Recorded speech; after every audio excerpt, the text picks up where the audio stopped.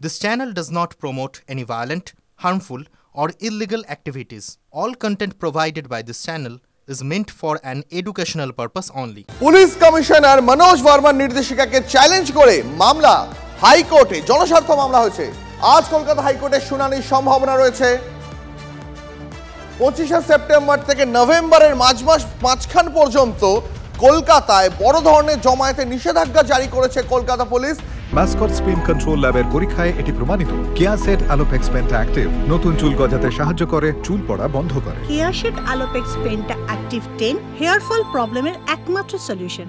যে কোনো ধরনের বড় জমায়েতেই নিষেধাজ্ঞা জারি করা হয়েছে। 4 থেকে 6 জনের বেশি জমায়েত করা যাবে না এমনটাই নির্দেশিকা জারি করেছে কলকাতা পুলিশ। আমার সহকর্মী সুমন মহাপাত্র রয়েছেন আমার সঙ্গে। সুমনের সঙ্গে কথা বলবো। সুমন, কলকাতা পুলিশের এই নির্দেশিকা, সেই নির্দেশিকাকে চ্যালেঞ্জ করে হাইকোর্টে জনস্বার্থ মামলা, কি আপডেট রয়েছে এখনো পর্যন্ত?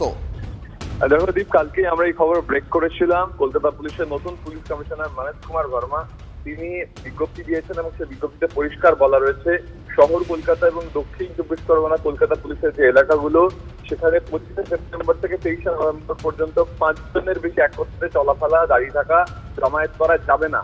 সেক্ষেত্রে চরম বিভ্রান্তি তৈরি হয়েছে, কারণ এই টেনিয়ারে পুজো পড়ছে, তাহলে বাঙালি কি পুজোয় একসাথে আনন্দ করবে না?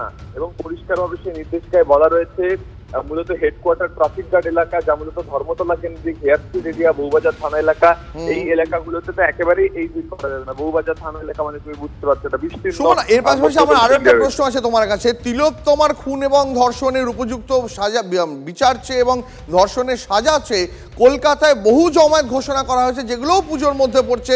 গোটা অক্টোবর মাস জুড়ে একাধিক জমায়েতে ডাক দিয়েছে বিভিন্ন সংগঠন। কোথাও একটা পুলিশের তরফে সেই জমায়েতগুলোর উপরও কি নিষেধাজ্ঞা জারি করা হচ্ছে?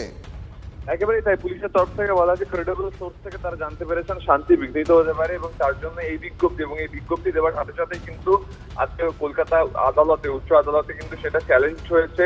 আজকে এই মামলার শুনানি রয়েছে, যেখানে কিন্তু মামলাকারী মনে করছেন দুর্গাপুজোয় কলকাতা শহরে আদতে মানুষের জমায়েত রাজ্য চাই কিনা তাই নিয়ে প্রশ্ন তৈরি হয়েছে। বেশ, অনেক ধন্যবাদ তোমাকে সুমন। এই মুহূর্তে কলকাতা পুলিশ কমিশনার মনোজ ভার্মা তিনি কি জানিয়েছেন শোনাবো আপনাদের।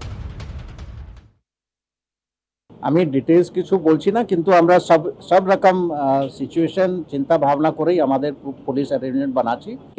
পূজা কমিটি থেকে যারা এসেছিলেন ওরা বিভিন্ন রকম পয়েন্ট রেখেছে, আমরা নোট নিয়েছি অ্যান্ড আমাদের তরফ থেকে সব রকম প্রস্তুতি থাকবে।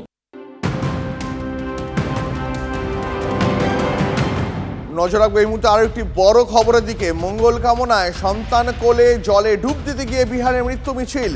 ধর্মীয় রীতিনীতি পালনের সময় বিহারের 15 জেলায় 37 শিশু সহ মৃত 46। মৃতদের পরিবারকে 4 লক্ষ টাকা আর্থিক সাহায্য ঘোষণা নীতিশ কুমার সরকারের।